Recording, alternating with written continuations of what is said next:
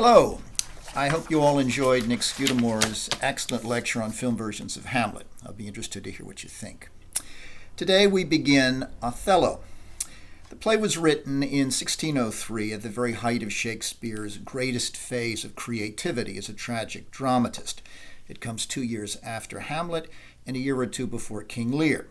In those two towering tragedies, and also in Macbeth, the tragic protagonist is a figure of royalty. But Othello is unusual in that he is not a king or a prince, but rather a military leader employed by the Venetian state to fight the Turks. He's still a man of stature, of course, in Aristotle's sense, to be sure, but in a less exalted way than in the other plays. More important, Othello is a cultural outsider, a dark-skinned Moor by birth, and as such, a racial minority in a white city and an unmistakable victim of prejudice. The central question of race helps to explain why, more than any of Shakespeare's other tragedies, even Hamlet, Othello has been the subject of extraordinarily divergent interpretations. At the center of this still swirling controversy is the debate about Shakespeare's presentation of race and racialized identities, specifically about Othello's status as a black man in a white world. These critical debates and competing performative interpretations of the play have grown more fevered in recent decades because they seem so relevant and immediate to our present situation. Emma Smith, who teaches Shakespeare at Oxford, notes, quote, "One of Shakespeare's most extraordinary claims on our modern attention is the capacity of his plays to anticipate our contemporary worldview. His dramaturgy appears to allow a particular space for us now, with our current concerns hatched in a world far from the narrow London streets and wooden stage boards of his early modern imagination. Shakespeare," she says, "appeals to us because his plays seem to be about us." Now, this is quintessentially true of Othello, I think, thus the raging controversy. At the risk of simplifying a wide range of nuanced critical positions, I thought it might be helpful to frame our study of Othello with a brief summary of three general positions on the question of race in the play. At one extreme are those who see Othello as a racist play, not necessarily by Shakespeare's intention, for Othello is, after all, a tragic hero, but rather racist because the playwright's portrait of Othello reflects and promulgates reductive racist assumptions that Shakespeare had absorbed from his white Elizabethan culture, attitudes that are by no means, in this view, limited to the virulently racist Iago. Now, those who take this position, that it is a racist play, stress that Othello's fatal weaknesses, his jealous rage, his blinding irrationality, and his brutality, all of those, they say, are coded manifestations of the savagery of his racial origins. By contrast, they suggest, the self-control that Othello shows early in the play is presented as a function of his acquired Christianity. The play shows this civilized acquisition is only skin deep, so to speak, in their view, while Othello's violent eruptions and even his madness are equated with his dark pagan racial past. Now, from this perspective, Shakespeare, they suggest, is presenting Othello's identity as a savage black man as intrinsic, as the deepest thing within him and beyond his control to subdue. But at the opposite end of interpretation and performance on the question of race are those who argue that Othello is an anti-racist play, that far from sharing the racist prejudices of his English society, Shakespeare was indicting that society for racism by presenting Othello as its noble victim. In doing so, they argue, Shakespeare implicitly argues for a more tolerant society, one in which Othello and Desdemona's interracial love might flourish. There was a famous 1987 production of Othello in South Africa, which was then still under apartheid, in which the black actor who played Othello, John Caney, was confronted after the performance by the state police, and they accused him of using the play to violate racial segregation laws by frequently kissing the actress who played the white Desdemona on stage.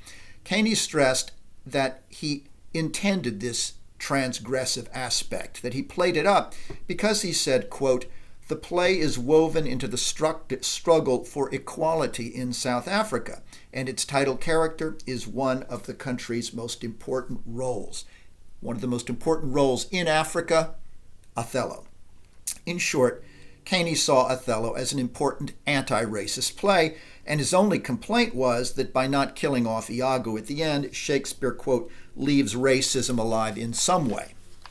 Now, others who regard the play as anti-racist often link Shakespeare's presentation of Othello and Desdemona's love to the dramatist's own love for the so-called dark lady of his sonnets. We don't know the woman's name, whom Shakespeare loved, nor do we know her specific racial origin. But in Sonnet 130, Shakespeare satirizes the narrowness of the prevailing white standard of beauty as little more than a collection of silly poetic cliches, pale skin, red lips, blushing cheeks, all that.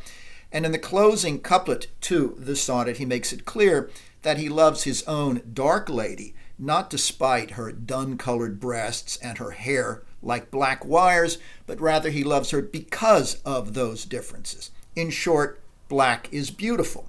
And Shakespeare puts this more directly in Sonnet 127, speaking of this same woman. The poem begins, "In the old age, black was not counted fair, or if it were, it bore not beauty's name. But now is black beauty's successive heir." Now, one could, of course, accuse Shakespeare in these sonnets of fetishizing blackness, of turning the dark lady into an exotic object in interracial romance. But those who champion Shakespeare as a proponent of racial equality in Othello point out that he defies the racist prejudices of his time, not just by making Othello a tragic hero, but by openly and movingly dramatizing on stage for his London audience the emotional bond and the sexual passion that Othello and Desdemona share for one another. Now, note that the assumption here is once again that Othello's race, his blackness, is an intrinsic part of his true nature and personality, okay? In this case, however, from this perspective, that blackness is not a depraved aspect, as those who regard it as a racist play contend, but rather, from this perspective, his racial identity is inseparable from his natural nobility, his physical bearing, and the beauty that has attracted Desdemona's love. Now, those who support this view of the play as anti-racist also like to note that in Act 2, Othello says, "I fetch my life and being from men of royal rank." Okay. Here, Othello suggests that his racial identity is inborn and that he is proud of it, that he regards it as a kind of pedigree. Now, in between the two polar positions that I've described, both of which take an essentialist view of race as innate, in between them are those who hold that Shakespeare is neither practicing nor criticizing racism in the play. Rather, they argue that he is exploring the concept of race, not, however, as an innate or intrinsic part of Othello, but rather race as a social construct. That is, race as a set of pernicious attitudes and stereotypes that are imposed upon Othello by the white world, but a set of assumptions about race that Othello himself absorbs. And from this point of view, the prejudice is by no means limited to Iago, but extends to virtually everyone in the white world. And the play's central tragedy is that surrounded by these perspectives, Othello internalizes these attitudes in the form of racial self-hatred. Indeed, he internalizes it so much that he ultimately blames Desdemona's supposed infidelity on his blackness, which he comes to see as ugly from the perspective of the white world. But he's absorbed that, assimilated it. Now, the question you might wonder is, well, how black is Othello really? What exactly did the concept of blackness connote for an early 17th century audience in England? Well, this too is a source of debate, so let me conclude by briefly taking up that question before we launch into Act 1. And let us begin with the play's title. The full title is The Tragedy of Othello, the Moor of Venice. The title immediately marks Othello as different, as a Moor. But that phrase, of Venice, is also intriguing. I think particularly the of. Of might imply belonging, that Othello is part of Venice, that he has been Christianized and is a military leader. Or on the other hand, of might suggest possession, that is, he is being used or owned by Venice as a man of military prowess for its defense. Even more, of course, the word Moor is challenging. In Shakespeare's time, Moor had two different meanings. In the sense of cultural geography, the word Moor denoted an inhabitant of North Africa, what was then called Mauritania, but is today Morocco and Algeria. But Moor was also used in a more general religious sense to designate anyone of an Arab race or extraction and Muslim faith, meaning that you can imagine influences, interpretations of the play today, particularly. Now, the two meanings of Moor that I've noted aren't mutually exclusive. An individual could certainly be both North African and Muslim. But Shakespeare, interestingly, never makes it clear where Othello is from, or if indeed he was raised as a Muslim prior to his arrival in Venice and his Christian baptism. And to make things still murkier, Moors were sometimes, in Shakespeare's day, called blackamoors, not necessarily because they were of the Negro race, even if they were from Africa. No, they were called blackamoors because they were swarthy and dark-skinned, certainly in comparison to the pale-skinned English. Now, this idea that Othello might not have actually been Negro, since the term blackamoor could refer to non-Negro North Africans, that point has been used as a justification often for white actors who for centuries played the role of Othello and did it in blackface, okay? The suggestion that he's not really a Negro in any racial sense, even though he is called black. Now, the fact that this so-called Moor Othello may or may not be a Negro ultimately is less important than the fact that he is unquestionably described as and regarded as black within Venice. He's derided as black. He's defined as black by Venetian society, even though he may not necessarily be a member of the African black race. It's the cultural construction of that idea of blackness that matters. It's the cultural construction of his idea of racial difference as a black man that Shakespeare seems to stress in invoking that word black again and again. So, with this preamble behind us, let's now turn to Act 1, see how Shakespeare immediately raises questions about race in the play, along with many other questions in this fascinating tragedy. Okay, now the action of Othello opens in media res. You know what that means? In the middle of things. It opens as Iago and Roderigo enter a street in Venice. It's night, but two events have just occurred that are going to stir the sleeping city. And Iago knows about both of them. First, the Turks are reportedly sailing to attack the Venetian colony of Cyprus. And second, Iago wakes Brabantio to announce that Othello, the Moor and military commander, has eloped with Desdemona, the young daughter of this wealthy white man. Note that the play opens at night, and most of the important action that occurs, both in Venice and in Cyprus, in this tragedy takes place at night, takes place in the darkness. This reflects the tragic tone of the play, yes, but Shakespeare also, I think we recognize, in Othello, plays off day against night, light against darkness, as a way of reflecting the play's racial concerns with the clash between the white world of Venice and the dark-skinned Othello. Now, Roderigo, who speaks first, is a foolish dupe, okay? He's in love and has been for some time with Desdemona, hopelessly. And the play starts with his bitter complaint to Iago that she has now married the Moor, even though Rodrigo gave Iago money to try to ensure that that wouldn't happen because he wants her for himself. Thus, Rodrigo says, "Tush, tush, tell me, I take it much unkindly that thou, Iago, who hast had my purse, as if the strings were thine, shouldst know of this." Iago says, "Blood, but you'll not hear me, if ever I did dream of such a matter abhor me." Rodrigo then says, "Thou toldst me thou didst hold him in thy hate," to which Iago then replies, "Despise me if I do not." Now, note, from the beginning, it's immediately clear that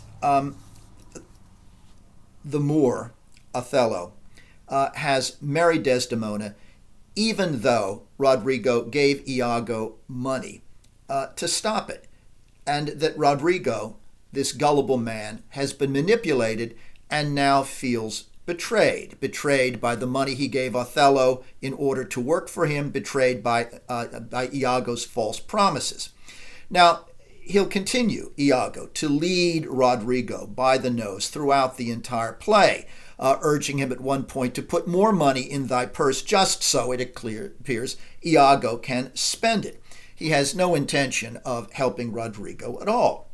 But the one true thing that Iago says here, as he tries to deflect these accusations, the one true thing he says is that he really does hate Othello deeply. He makes this clear when he says, "Despise me if I do not hate him, as I have told you I do." Now, note that in this respect, he explains that the specific cause of his hatred at this point has to do with a failed promotion. But as we'll see, this is really more of a pretext than anything else. The idea that Othello has passed over Iago for a promotion and instead elevated to the rank of lieutenant Michael Cassio. Cassio, who is a smooth-talking younger man who Iago complains has not served in battle with Othello as I have, and who indeed isn't even from Venice. Iago is bitter about this. "Three great ones in the city in personal suit to me make his lieutenant off-clap to him, and by the faith of man I know my price. I am worth no worse a place, but he, as loving his own pride and purposes, evades these men who are speaking on my behalf, with a bombast circumstance horribly scuffed with epithets of war, non-suits my mediators for. Certes, says he, I have already chose my officer. And what was he? Forsooth, a great arithmetician, one Michael Cassio, a Florentine, a fellow almost damned and a fair wife, that never set a squadron in the field, nor the division of a battle knows, more than a spinster, unless the bookish rhetoric, a man of mere prattle, not practice, in his soldiership. And he, in good time, must his lieutenant be. And I, God bless the mark, I must be his moorship's ancient." Now, Iago clearly hates Cassio, who got the promotion he wanted, as well as hates Othello. He resents Cassio's youth, his upper-class status, his fine manners, his sort of intellectual bearing. He refers to him as a mathematician, mockingly, and his Florentine background. Iago feels humiliated at merely being named Othello's ancient, after Othello had evaded all those who were speaking on his behalf. To be his ancient is essentially to be Othello's senior advisor, nothing more. Now, we see something important in Iago here, besides his anger. Shakespeare's greatest arch-villain is going to prey upon and exploit Othello's jealousy, among other weaknesses. And he can do so because Iago understands jealousy so well himself. Why? He is bitterly jealous of Cassio. But also, as we'll see, he is jealous of Othello, this black man who is his military commander, who holds a higher rank even though he is black. Now, Iago is so confident that Rodrigo is harmless that he confides his hatred for Othello and confides also now his intention to pretend to be serving Othello while he will actually be trying to subvert him by serving his own interests. Thus, he confidently says that there are those who, trimmed in forms and visages of duty, yet keep their hearts attending on themselves, and throw off but shows of service to their lords, do well thrive by them, and when they have lined their coats, do themselves homage. Those there are who pretend to be serving others when in fact they serve themselves. These fellows, of which he is one, these fellows have some soul, and such a one do I profess myself. For, sir, it is sure as you are Rodrigo, were I the Moor, I would not be Iago. In following him, I follow but myself. Heaven is my judge, nor I for love and duty, but seeming so for my peculiar end. Now, note, Iago says he will pretend to wear his heart on his sleeve, to pretend to be Othello's devoted friend and subordinate, but that he will use this as a cover to subvert Othello. Iago is aware that he and Othello are opposites in every way. As he puts it, were I the Moor, I would not be Othello. That is, if I were open and honest and trusting like Othello, I wouldn't be myself. The very opposite of open, honest, and trusting. But as we're going to see, Iago embraces evil here and subversion, not just as a means to the end of revenge ostensibly for his failed promotion. Rather, what we're going to see is that he embraces evil as an end in itself and as the essence of his own being. Now, he speaks at the end of this declaration of the peculiar end that his deceit will be working toward. What is he alluding to? Well, Iago doesn't yet identify what that end is, but it seems fairly clear. The destruction of Othello. The only question, then, is by what means? Now, that means, though he already makes it clear it's going to involve deception, that means is going to evolve. Rodrigo is merely going to be a pawn in these plans, and Iago will, in fact, repeatedly deceive him. In fact, Iago soon tells Othello that Rodrigo has maligned him just in order to win Iago's trust. And indeed, he does. When he says, Rodrigo prated and spoke such scurvy and provoking terms against your honor, Othello, that with the little glory godliness I have, I did full hard forbear him. Yes, I wanted just to punch him, but I didn't. I resisted, but you should know this. Now, Iago is clearly from the start then a master of deceit, a master of playing men against one another. Even as Iago pretends to be supporting Othello in that passage, he is already at that point trying to turn the power establishment, the white power establishment of Venice, against Othello by alerting Desdemona's father Brabantio to the elopement. He has done that just before speaking to Othello, speaking and describing to this very prominent citizen Brabantio what Othello has done and is then doing with his daughter. Standing below Brabantio's window, he yells up, "Zounds, sir, you're robbed, for shame. Put on your gown, your heart is burst, you have lost half your soul. Even now, very now, an old black ram is tupping your white ewe. Arise, arise, awake the snorting citizens with the bell, or else the devil will make a grandsire of you." And a moment later again, he emphasizes the barbaric and grotesque nature of this alliance between a black man and this white girl. "Zounds, sir, you are one of those that will not serve God if the devil bids you, because we come to do you service, and you think we are ruffians. Well, you have your daughter then covered with a Barbary horse. You'll have your nephews neigh to you. You'll have courses for your cousins and jennets for your Germans." Note these racist slurs, comparing Othello to a stallion, to an old black ram. They reflect one of a number of widespread stereotypes about black men in Shakespeare's time. In this case, it was the myth that black men were hypersexual. Thus, the association of Othello with famously sexual animals like rams and stallions. This reflects this stereotype, a white male insecurity. But Iago means to horrify Brabantio with these degraded descriptions, not just by appealing to a certain sexual insecurity in him, but also tapping into what he knows is Brabantio's own racism. And indeed, he succeeds in doing so, even though Brabantio resents being woken in the middle of the night.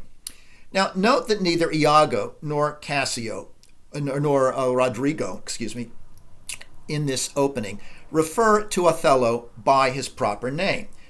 They refer to him only as either the Moor or in the demeaning animal terms that I have already mentioned. It is not until the Duke in Act 1 speaks of, quote, valiant Othello, that his actual proper name is even invoked, all of which suggests that he is regarded stereotypically as a black man before he is even an individual. Instead, Rodrigo and Iago, of course, as racist, invoke brutal animal imagery to deride Othello's blackness, his racial difference, and associate him with a kind of degraded, rampant sexuality. But it's unmistakably in the language of his blackness. Old black ram, and Rodrigo describing Othello's thick lips.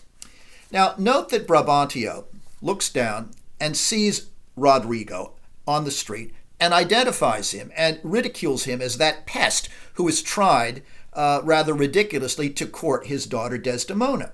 But he doesn't see or identify Iago, who, as usual, as he characteristically does, is concealing himself in the shadows, even as he hurls up these words of abuse about Othello to Brabantio. And throughout the play, we're going to see that among Iago's sort of ingenious tactics is his ability to avoid, until the very end, incrimination.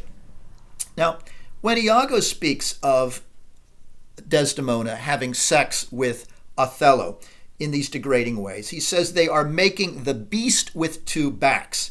That is, again, language of bestiality, but specifically missionary-style sex in which the man and woman are together and their backs, as it were, form a single being, okay? It has two backs. And as he is so preoccupied with sexuality, we begin to realize that Iago thinks of sex only in gross and degraded ways, perhaps because he is sexually ambiguous himself. To rage against sex with this kind of vituperation betrays a peculiar kind of morbid cast of mind, as we saw in Hamlet. But in case of Iago, it will be for a different reason. Now, as he has done with Rodrigo already, and as he will do with Othello and with Cassio, Iago plays expertly upon what he knows are Brabantio's specific weaknesses. He plays upon his racial prejudice, he plays upon his protective love for his daughter, and he plays upon Brabantio's sexual insecurity as an aging white man. It's as if Iago has actually read Brabantio's suspicious mind, because the old man in the midst of this says, "This accident is not unlike my dream." That is to say, he's been dreaming that Othello might run away with his daughter. He's so troubled and insecure. Iago seems to know this. Now, just as black men and Moors carried the racial stereotype of being hypersexual and bestial in their erotic behavior, they also bore the stigma of having supernatural pagan powers, the idea that they commanded black magic. And indeed, the use of black magic, of casting spells, would have been a crime in Renaissance Venice.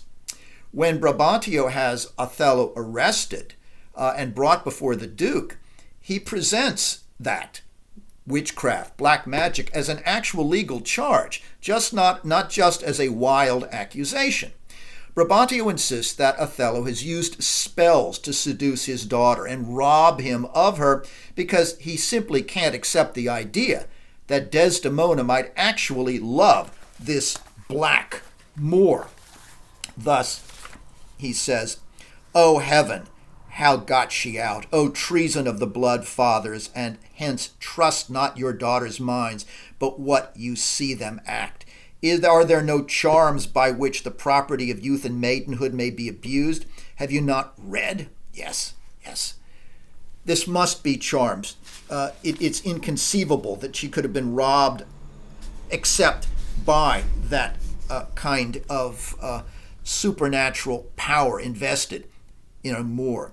And a little bit later, as he accuses Othello directly, Brabantio says, "Damned as thou art, thou hast enchanted her, for I'll refer me to all things of sense.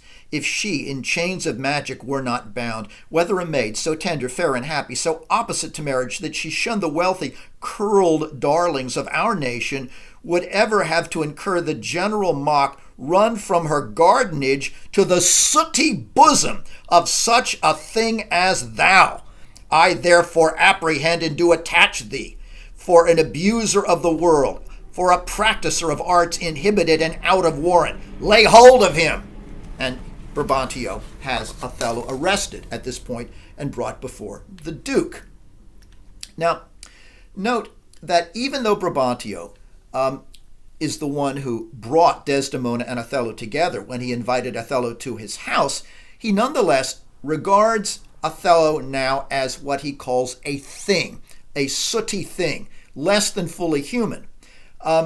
It's fine to have a Moor defend the state, and it's fine to invite him to your house to tell adventure stories for your own amusement, but it is unthinkable that such a man, a black man, could be the husband of your pampered child. Now, the fact that Brabantio, who actually draws his sword as they arrest Othello here, the very fact that Brabantio introduced Othello to Desdemona surely must rankle in the old man's mind.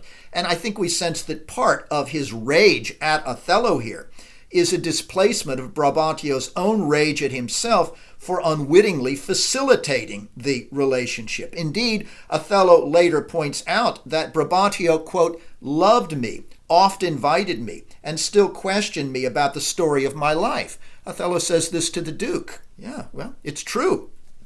But despite those dinner invitations, Brabantio now demands that Othello be imprisoned, not just because he has betrayed his trust by running off with his daughter, but more important, because he is black.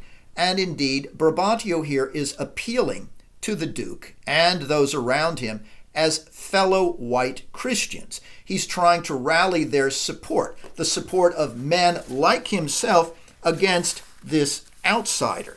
An outsider who, though he may have been baptized and Christianized, will never really be regarded as anything other than a black Moor. Brabantio says, "Mine is not an idle cause. The Duke himself or any of my brothers of state cannot but feel this wrong as 'twere their own. For if such actions may have passage free, bond slaves and pagans shall our statesmen be. If we allow this kind of elopement in marriage to occur, we will soon be serving the Moors rather than having the Moors serve us." Yet, as compelling as the white community may find Brabantio's appeal, his timing is especially poor here. Because despite the widespread racism in Venice, the state at this moment needs Othello to fight the Turks. The Turks, a group that ironically fall under the general heading of Moors themselves. Thus, the Christianized Othello is being enlisted to fight the dark-skinned other, even though Venetians, like Brabantio, consider Othello nothing more than really a kind of pagan Moor himself. Now, no matter how respected he may be then as a military leader, as I've noted, Othello is never going to be viewed as fully human or equal in the eyes of Venetian society, and especially in the eyes of Brabantio. Now, knowing how Brabantio feels, and the peculiar double standard whereby he will have Othello as a guest and yet never consider him as a mate for his daughter, knowing that probably is why Desdemona and Othello realized they would have to elope, that they would have to marry in secret.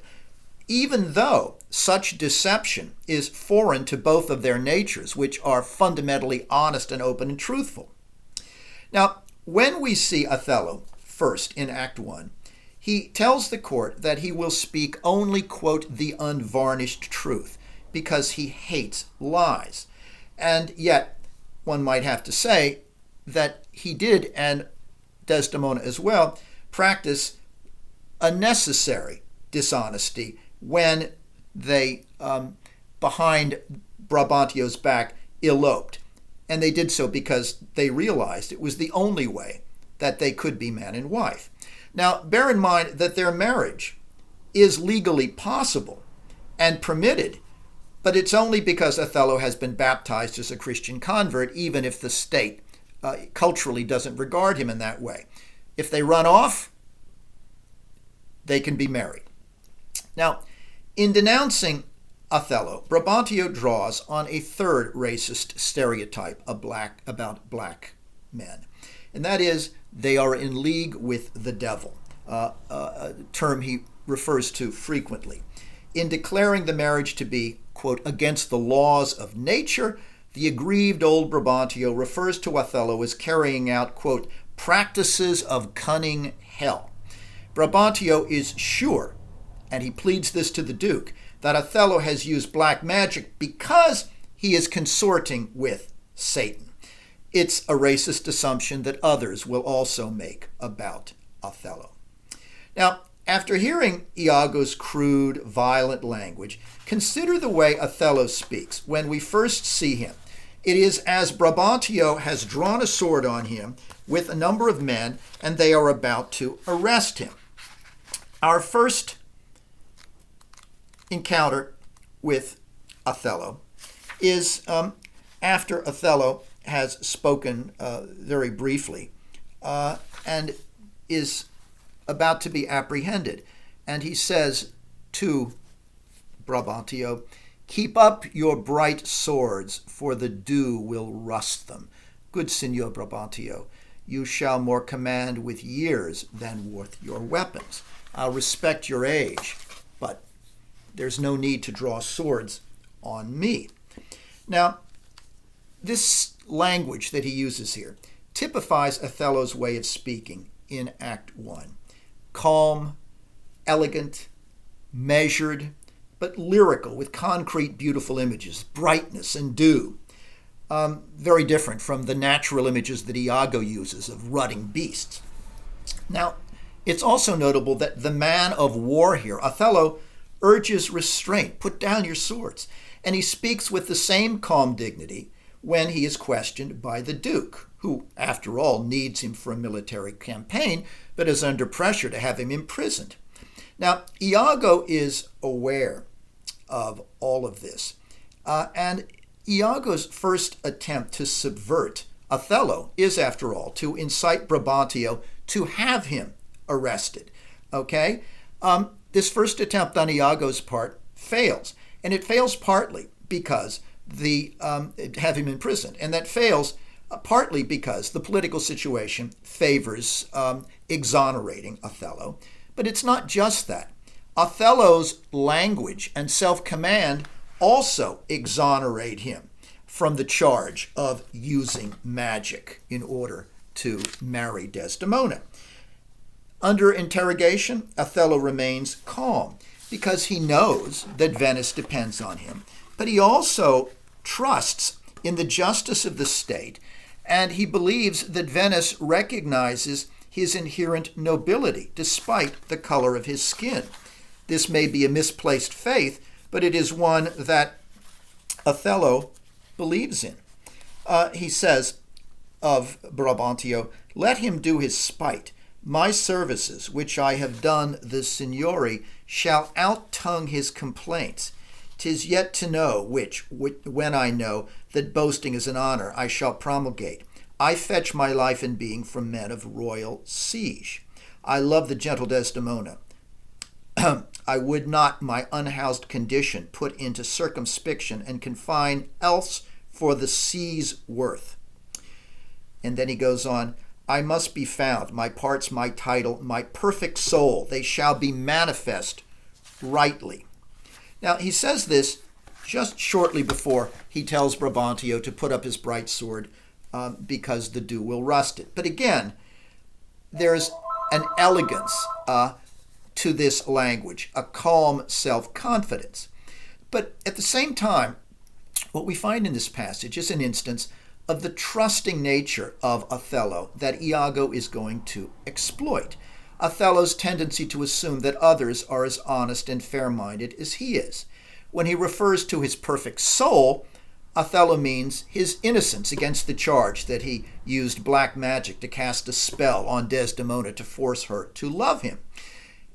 Othello's elegant candor here and his plain-spoken directness are even more compelling when he defends himself before the Duke against Brabantio's charges of black magic and robbery of his daughter.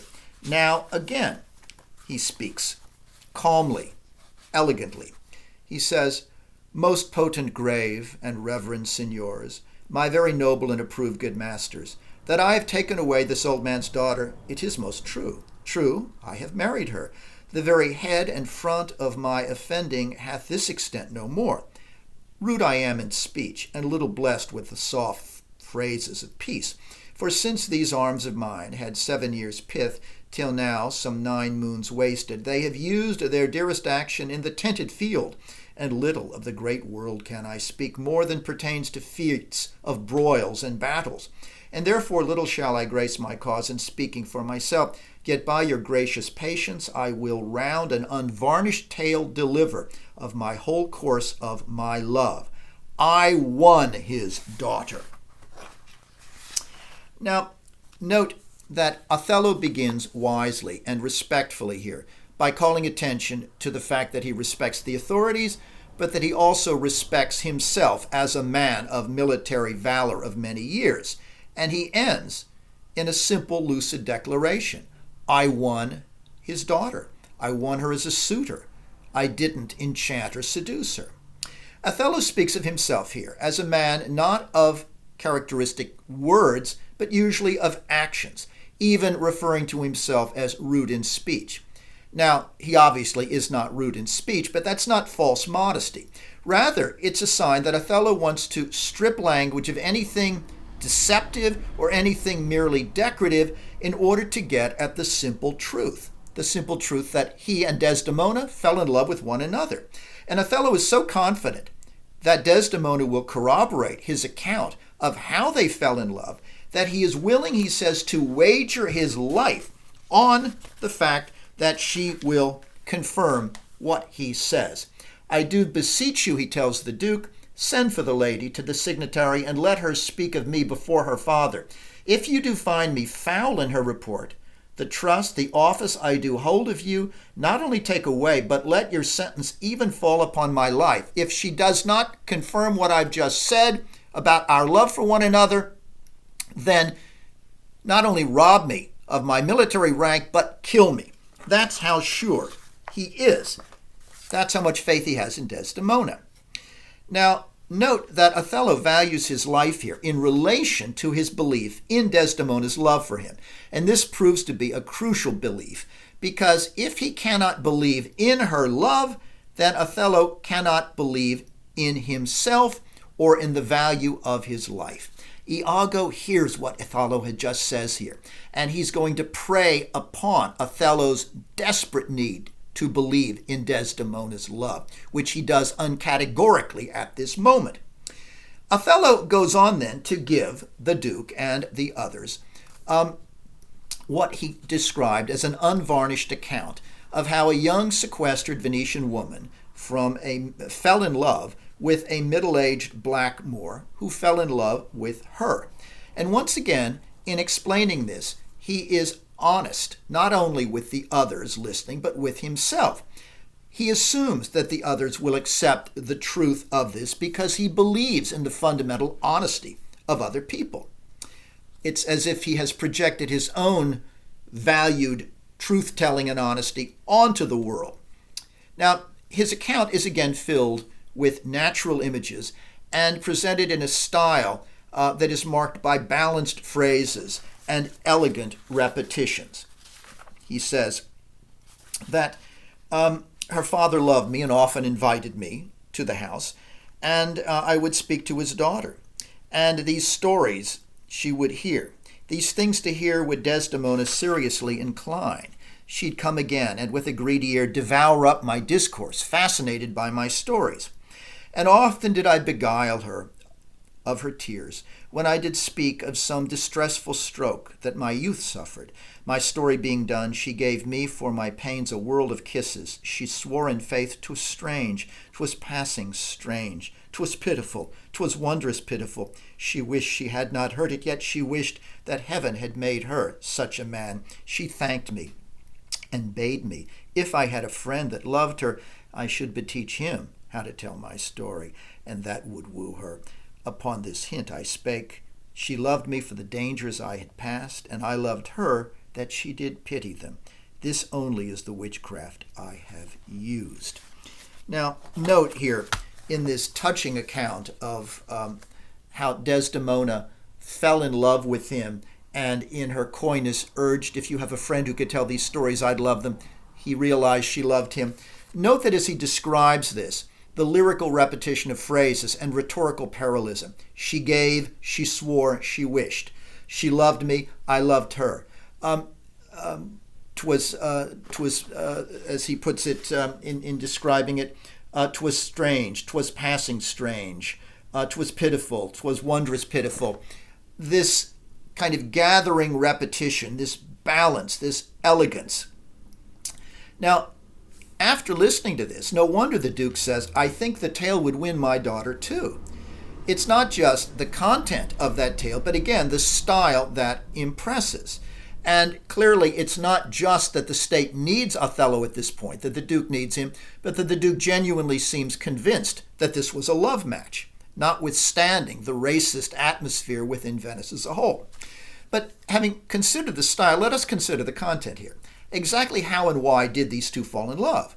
When Desdemona met Othello as a guest in her father's house, he was there, of course, as entertainment. After all, even a white racist can enjoy a good story from an adventurous black man. Well, having seen so little of the world, having been so sheltered, Desdemona was at first fascinated by Othello's tales of adventure. But this gave way to pity for his stories about the pains that he suffered when he was very young. And that pity and tears blossomed into romantic love. Quote, she gave me for my pains a world of kisses. She loved me for the pains. I loved her because she pitied me. This is the first time either of them has been in love. Desdemona has been sheltered from the world and uninterested in the suitors who have tried to ply her, and Othello has been too busy for romance. Before Desdemona, he had no time for love and valued what he called my unhoused free condition as a military man. Before Desdemona, Othello defined himself by serving Venice as its commander. Before her, he puts it this way, that I love the gentle Desdemona. I would not, for my unhoused free condition, put into circumscription and confine me for the sea's worth otherwise, okay? This is nothing I planned on. But for her, I would never limit myself. I'd be out sailing. I'd be out fighting. Okay, his life has changed.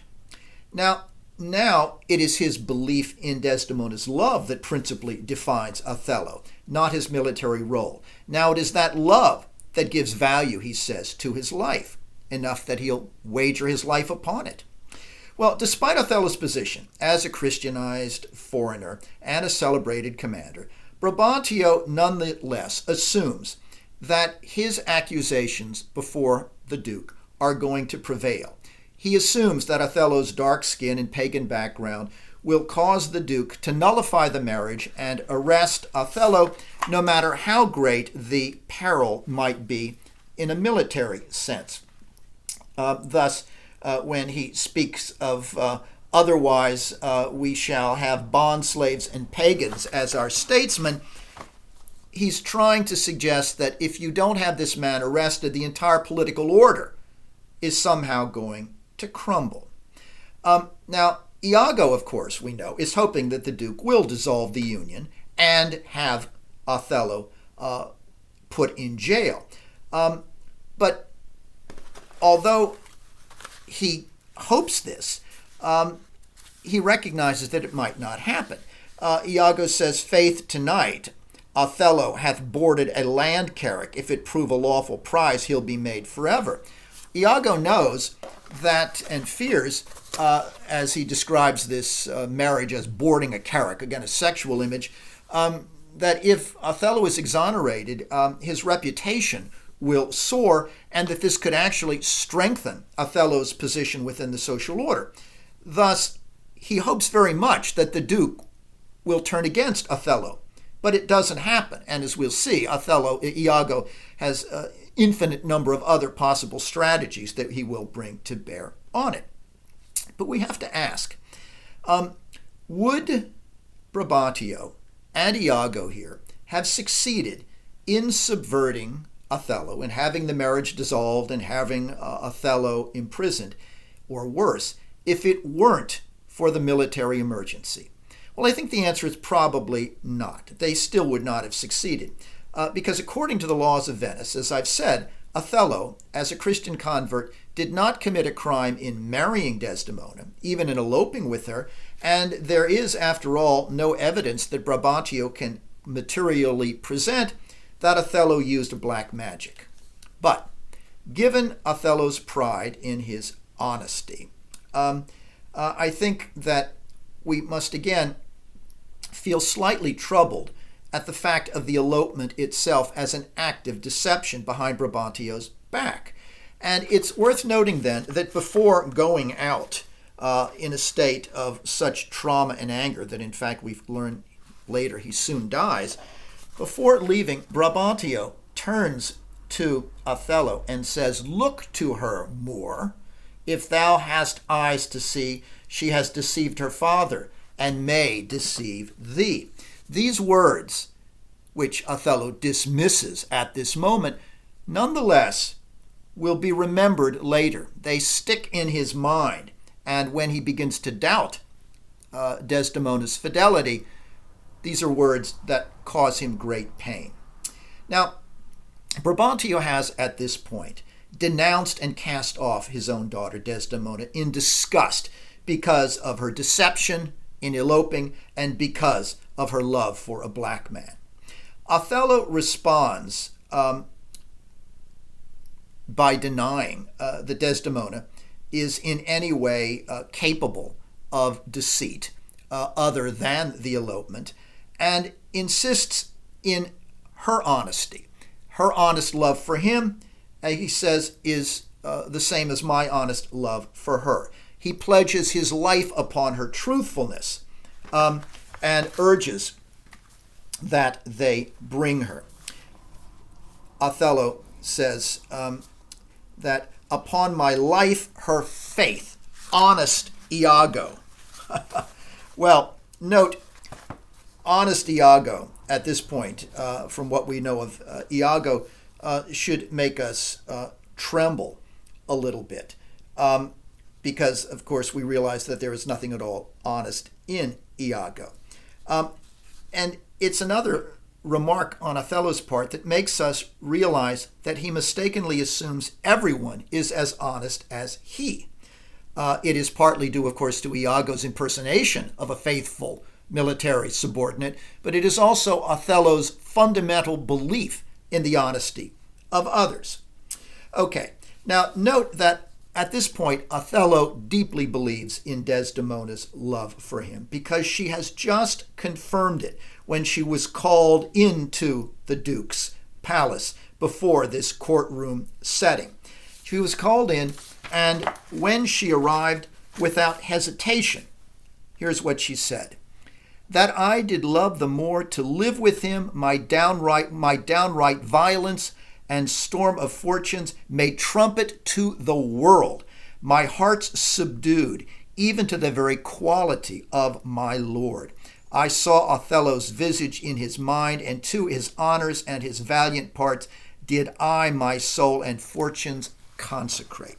I give myself to him, body, soul, fortune, absolutely everything," though there's not much of a fortune because she's been disinherited by her father.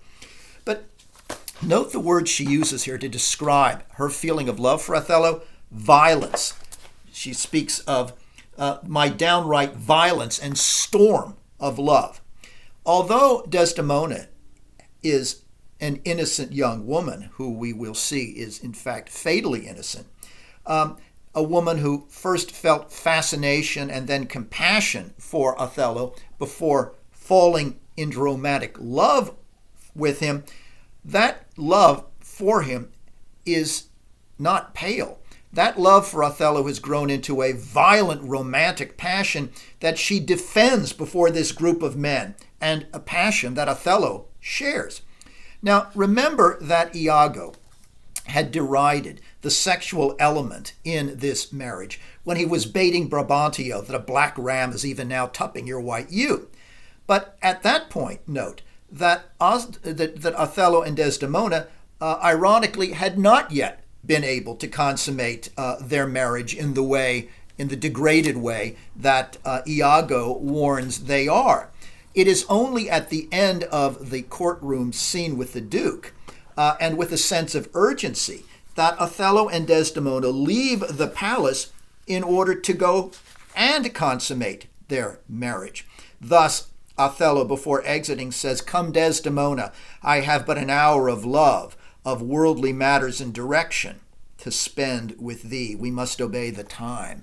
Yes, I'm called to sail to Cyprus, to put down the Turks. We must choose our moment now before I have to leave." Now, it's important to keep in mind, I think, that like Romeo and Juliet, Othello is not just a tragedy, but it is a love story, a play of doomed love, one in which Shakespeare, in Act 1 in particular, celebrates the wonder of falling in love for the first time, and thereafter reveals the fragility of love as well as the wonder. Othello says he has but an hour. And at this point, note, Othello has a keen sense of time. This is important because under Iago's evil influence and deception, Othello is going to become fatally confused about time, just as he'll be confused about space. Well, before leaving the Duke, Desdemona asks the Duke's permission as a woman to go off to war with Othello, and the Duke reluctantly complies. This is partly because Brabantio has disowned Desdemona and will not have her in his house. She would have nowhere else to go during Othello's absence if she couldn't go with her husband. Brabantio cannot bear that Desdemona chose Othello by her own free will, not magic, as her husband. For him, that choice shatters the laws of nature, the laws of society, and of family. But Desdemona explains truly how natural and lawful her choice of going with Othello and choosing her husband over her father really is. She turns to her father and says this to Brabantio. She says, "I do perceive here a divided duty. To you I am bound, father, for life and education. My life and education both do learn me how to respect you. You are the lord of duty, and I am hitherto your daughter. But here's my husband. And so much duty as my mother showed to you, preferring you before her father, so much I challenge that I must profess due to the Lord, more my Lord." The idea that a woman's primary duty to her husband is something that she knows her father would have to, if he thinks about in relation to his own wife, agree to. But his response here is extremely bitter. In dismissing Desdemona, he says, "For thy sake, jewel, I am glad at soul, I have no other child." Note that key word, jewel. It establishes an important image pattern in this play. Desdemona will later be identified with a pearl in her Christian purity and preciousness. But Brabantio here uses the word jewel sarcastically. Desdemona is to him like a jewel that has been stolen, and now she is worthless in his eyes. Not just stolen, but now tainted. Now, this is one of several image patterns, jewels, in the play that, as in Hamlet, develop and evolve in complex clusters of meaning. And as in Hamlet, so much of the meaning of Othello is going to be rooted in these patterns of imagery. Well, after the Duke exonerates Othello, he tries to placate Brabantio, who is so bitter, and he does so in various ways. Because after all, Brabantio is an influential and prominent citizen, and the Duke doesn't want him to go off so offended and embittered that he will perhaps accuse the state of injustice. First, he tells Brabantio that Othello is, after all, a worthy and a charming man. Brabantio, no, can't play that. Then he suggests, okay, then at least make the best of what he calls this mangled matter. That is to say, rather than raging and grieving to no end, try to put it behind you so that it doesn't rankle and cause you pain. And finally, the Duke tries to administer a kind of balm to the aggrieved Brabantio by saying, if you patiently endure this marriage, that would be a kind of revenge against your misfortune. At this point, the only revenge will be, in some ways, to be patient about it. He says, what cannot be preserved when fortune takes, patience her injury a mockery makes. The robbed that smiles steals something from the thief. He robs himself that spends a bootless grief. You've been robbed, you will rob the robber if in some way you can smile and accommodate yourself to it.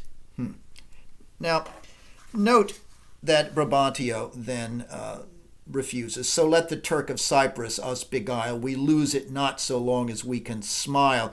He hears the sentence well that nothing bears but the free comfort which from thence he hears. But he bears both the sentence and the sorrow that to pay grief must of poor patience borrow. Yes, I will not allow myself to be patient here and accommodate myself. That would be in some way to rob myself. Now, you'll note that though Shakespeare's plays are, as we know, mostly written in blank verse, he occasionally uses rhymed couplets, as when, for example, the Duke speaks of something from the thief, spends a bootless grief, ends the speech with a couplet rhyme rather than unrhymed blank verse for dramatic effect. And we also note that at times Shakespeare, here as in Hamlet, will switch from verse to prose, as, for example, oftentimes when Iago is talking to Rodrigo. But consider for a moment here the very idea that the Duke allows the concept that Brabantio has been robbed is troubling in itself, because it does suggest in some way that he sympathizes with and believes there has been some sort of unfortunate appropriation, even though he says, I believe my daughter would fall in love with a man like this too if she could hear him speak. Now, the last thing the Duke says is even more troubling. It's his final attempt at consolation after Brabantio has rejected all the others, when the Duke says to Brabantio, "And noble Signor, if virtue no delighted beauty lack, your son-in-law is far more fair than black." Well, this is certainly a backhanded compliment. The implications are what? The Duke is saying, Othello is virtuous, Brabantio, so you should overlook his blackness, which isn't fair. That is to say, he isn't light in color. He isn't beautiful, okay? Outwardly, I agree. The Duke seems to be saying he's unattractive. But actually, he's noble inside. Well, that's fine. But even in praising Othello, the Duke seems to acknowledge Othello's perpetual otherness and unattractiveness outwardly as a black man. Othello, again, we're reminded, will always be culturally regarded as a Moor because despite his conversion, despite his elegance of speech, despite his importance to the state, he is still an outsider. After all, consider the very first words of the Duke to him. Even as he calls him valiant Othello, he says, "We must straight employ you against the general enemy, the Ottoman." Okay, it's clear that they value Othello primarily as a means to military might and to the preservation of their own economic interests. Okay. Now, while those economic interests mean defeating the Turks, you'll note that, as Brabantio said, the Turks are known for being deceptive. That was the word Brabantio used. And yet, although both the Turks and Othello fall under the general heading of Moors, Othello, despite Brabantio's accusations, is not fundamentally tricky, not deceptive. The Turks, on the other hand, well, they are, because their fleet appears to be going to Rhodes rather than Cyprus, but then the Duke realizes that this is a trick intended to divert the Venetian attention from what they're doing, and realizes they are actually going to be sailing to Cyprus, which is a Venetian colony. Now, seeing that trick, seeing the deceptive Turks, the Duke then enlists Othello's support. Othello's fleet prepares to leave that very night, and Act 1 concludes with Iago's hatching of the plan that he will use, or at least the first phase of his plan, that he will use to destroy Othello, Michael Cassio, and Desdemona when the plan is completely finalized. Getting Brabantio to summon Othello before the Duke was, again, Iago's first attempt to destroy Othello. Having failed, the ever-resourceful Iago begins to formulate a new one as he speaks to Rodrigo, again, speaking to an individual whom he knows in no way is smart enough to incriminate him. At this point, Rodrigo is despondent more than ever before because Iago has not kept Othello from marrying Desdemona, and now Othello has not been arrested, nor has the marriage been dissolved. In fact, Rodrigo is so despondent that he threatens to drown himself in a canal. But Iago urges him, knowing he can use him, urges Rodrigo to stay alive and to view life in the cynical and selfish way that he, Iago, does. He says, "I never knew a man that knew how to love himself. Ere I should say I would drown myself for love of a guinea hen, I would change my humanity with a baboon. 'Tis ourselves that we are thus or thus. Our bodies are our gardens, to which our wills are gardeners." He says, "We have reason to cool our raging motions, our carnal stings and lusts." Yes, control yourself and look to your own interests. Now, note here that Iago dismisses love and honor and morality as absolute nonsense. Well, what does he value? Well, he values the very thing he embodies, self-love. I've never known a man who knows how to love himself. You should love yourself. Self-love, especially to the detriment of others, is Iago. But note, Iago, in this respect, is an all-consuming egotist. And he goes on to explain that the keys to self-love, which is the only thing he thinks that matters, the keys to self-love are will and reason. Iago believes in the power of his individual will, in particular, his ability to direct his life put toward a particular end through careful thought and planning. He thinks by willing it, he can, in fact, override all impediments, and he certainly dismisses any ethical scruples. In what sense are our wills, as he says, like gardeners? Well, in the sense that our bodies are the gardens. Our bodies enjoy or suffer whatever our wills provide for them, and we live through self-determination alone. But he goes on then to speak of reason. We have reason to cool our raging motions, and reason, along with will, is a crucial principle for Iago. Reason, he suggests, is what allows him to calculate and plan and direct his actions. But does reason completely cool Iago's raging hatred of Othello and his jealousy for Michael Cassio? No, it's not so much that it cools it. Those feelings of hatred and jealousy remain incandescent. What reason does for Iago is enable him to channel and direct those intense emotions into ingenious schemes that serve his own desire to destroy them. Reason, then, doesn't diminish hatred or jealousy in any way. And it's almost as if, in speaking here to Michael Cassio, Iago is speaking to himself, analyzing himself in his own eyes. even though he is literally addressing another. Now, the rest of Iago's advice is entirely manipulative. First, he exhorts extorts Rodrigo at this point to put money in thy purse, primarily so that he can exploit it as he has in the past. And indeed, Rodrigo agrees, okay, yes, I'll sell all my land.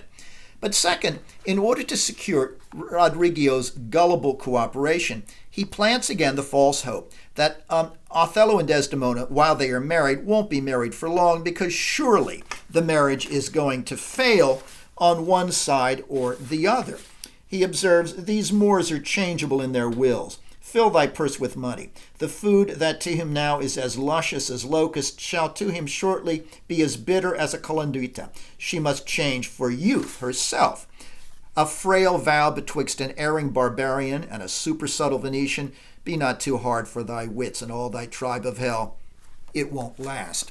No, he'll grow tired of her, he suggests, and she certainly will tire of this strange food of a black man.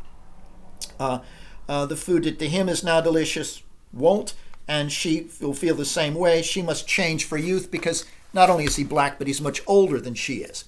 Now, he's, of course, wrong in this judgment, but it is enough, certainly, to persuade Rodrigo of it.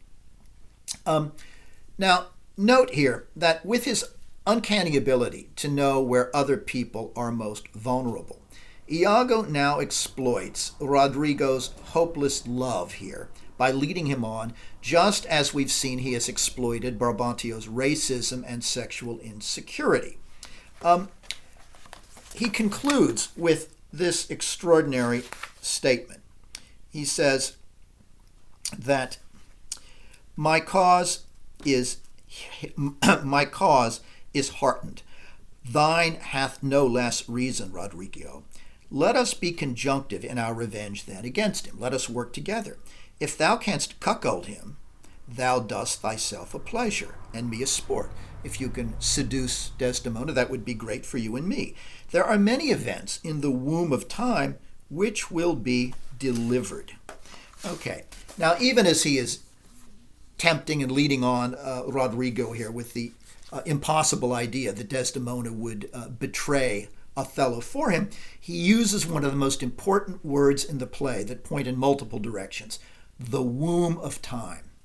Iago is looking ahead here to the future, and doing so patiently, knowing that time brings things to completion much as a pregnant woman brings a child into the world out of her womb.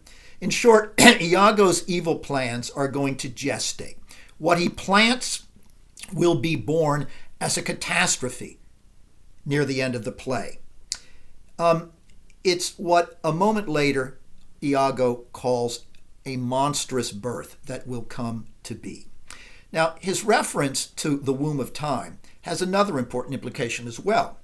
Iago understands how to manipulate the experience of time for others. We'll see, in fact, how he fatally distorts Othello's sense of time in both Acts 2 and 3. But Act 1 concludes with one of the most fascinating soliloquies Shakespeare ever wrote, and he gives it to his greatest villain. Iago says when he's alone, "Thus do I ever make my fool my purse, for I mine own gain knowledge should profane, if I would time expend with such a snipe, but for my sport and profit. I hate the Moor, and it is thought abroad that twixt my sheets hath done my office. I know not if it be true, but I, for mere suspicion in that kind, will do as if for surety. He holds me well, the better shall my purpose work on him. Cassio's a proper man. Let me see now, to get his place and to plume up my will in double knavery. How? Let's see. After some time, to abuse Othello's ears that he is too familiar with his wife. He hath a person in a smooth dispose to be suspected, framed to make women false. The Moor is of a free and open nature, that thinks men honest that but seem to be so, and will as tenderly be led by the nose as asses are. I have it. It is engendered. Hell and night must bring this monstrous birth to the world's light." Now, Kenneth Branagh's delivery of this soliloquy in the film clip, I hope you were able to open, provides just a masterful rendition of how Iago, in this soliloquy and in the play, subordinates his ever-burning and increasing hatred for Othello to a measured, controlled process of reflection and planning that can channel that hatred. His evil doing is like a chess match, and Iago is a master. Now, note that the soliloquy begins with Iago reflecting that he's not just using Rodrigo for his economic profit, but also because he actively enjoys the sport of manipulating this simpleton. That is, beyond any specific motives, Iago enjoys evil and cruelty for its own sake. But evil and cruelty are especially gratifying when they are motivated by hatred. So here and elsewhere, Iago artificially wills himself, there's that word will again, to increase that hatred, which is already powerful. He already feels slighted for a non-promotion, but now he works that up so that the non-promotion really becomes more of a pretext for deeper hatreds that now come out. He works up his contempt for Othello as a black man, as a powerfully sexual man, as a man who is his commander. He works up that contempt by recalling a dubious rumor that Othello had slept with Iago's own wife, Emilia. Now, this again suggests the sort of widespread mythology that black men are constantly oversexed and rampaging in society with a kind of phallic energy. But there's absolutely no truth to this rumor, and Iago, because he knows Othello, knows it. But it draws on the myth, again, of the black man is insatiably sexual. And Iago uses this racist idea and uses his own sexual insecurities in order to stoke his resentment, even though part of him seems to recognize that it's probably not true, but I'm gonna act as if it were true. If he can believe it's true or consider the possibility, then it would be one more humiliation added to being passed over for the promotion. Iago's phrase that Othello has done my duty is particularly intriguing here. It hints that Iago has failed to do his sexual duty for his wife as a husband. And in fact, there are several other hints that Iago may well be impotent, at least with women. It also explains Iago's understanding of Brabantio's sexual insecurity as an aging man, and helps to explain his contempt for sex as an animal act. If he cannot perform it, that's another reason to hate and deride it. Finally, Iago's reference to a duty he isn't performing refers back, in an interesting way, to the womb of time, a metaphor he picks up in this soliloquy. Iago has sired no children in Emilia's womb. If he's impotent with women, then the only thing Iago can engender is evil. Thus his cry in the context of the birth of evil and its gestation in the womb, the cry, "It is engendered," at the end of the soliloquy. That is, my idea of how I will make Othello jealous using Michael Cassio and rumors that he is sleeping with Desdemona. That idea, which will be elaborated, is engendered at this moment. Now, we see Iago's thoughts evolving and taking shape in this soliloquy, and we see them in particular as he thinks to himself and uses the phrase, "Let me see now." Yes. Now, that word "now" is important. Iago knows that circumstances change, that now changes, and he's masterful at adapting himself to changing conditions. Now that they're all going to Cyprus, Iago foresees the possibility of what he calls a double knavery, that is, of destroying both Cassio and Othello by pitting them against each other, and in so doing he will also claim the lieutenantship he wanted. He is going to do this, he tells himself at the end of the soliloquy, by leading Othello to believe that Cassio has been trying to seduce and may have succeeded in seducing Desdemona, and then by making it appear that in fact he has. Iago later compares his evolving scheme to a web that he's weaving as a predatory spider. Othello is as dumb as an ass. I can lead him by the nose. I'm a clever spider. I'm a predator. Iago also knows just where Othello is vulnerable. First, as stated, he knows he can lead Othello by the nose because he is of a, quote, free and open nature. That is, Othello's faith in the honesty of others, including Iago, is going to make him vulnerable to lies and deceptions. But Iago knows something else as well that constitutes a great danger for Othello. Having heard Othello affirm that his faith in Desdemona's honesty is the root of his existence, he knows that to make Othello lose that faith would be to destroy Othello by filling him with jealousy and doubt, which, in addition to Othello's tendency to be too trusting because he's so honest, are the other two fatal weaknesses that he will exploit. Iago's genius for deception, then, is really that of a consummate con man who can get others to believe that he's working for them. He does so with Rodrigo, he does so with Michael Cassio, and above all, he does so with Othello. Iago has already encouraged Othello's trust in him by saying that Rodrigo denounced him, you'll remember earlier. Hearing this, Othello now trusts Iago as a truth-teller all the more, and so much so that Othello, at the end of Act 1, assigns Iago the protection of his new bride on the voyage to Cyprus. Again, as when he says, honest Iago, we gasp at this. Now, while Iago does lie to others, one thing that should become clear from that soliloquy is that he is at least honest with himself. Like Medea, Iago is then a master of manipulation, of deception, and of channeled rage. But one of them, Medea, is a tragic heroine, and the other, Iago, is an arch villain. Why is this? Perhaps for two reasons that can explain the difference. First, unlike Medea, Iago makes no serious attempt to justify what he's doing as ethical or just as response to a serious grievance. He never suggests that there is some sort of higher justice in this. No. Second, unlike Medea, who is deeply conflicted about what she's doing and vacillates particularly about killing her children, Iago acts absolutely without conscience, remorse, or hesitation. As Medea has all of those things, he has none. Instead, Iago embraces and delights in evil for its own sake. And this is why at the end of the soliloquy, you'll remember, as he speaks, he invokes hell. He says, it is engendered. Hell and night must bring this monstrous birth to the world's light. Yes, he embraces evil for its own sake and celebrates his own knavery.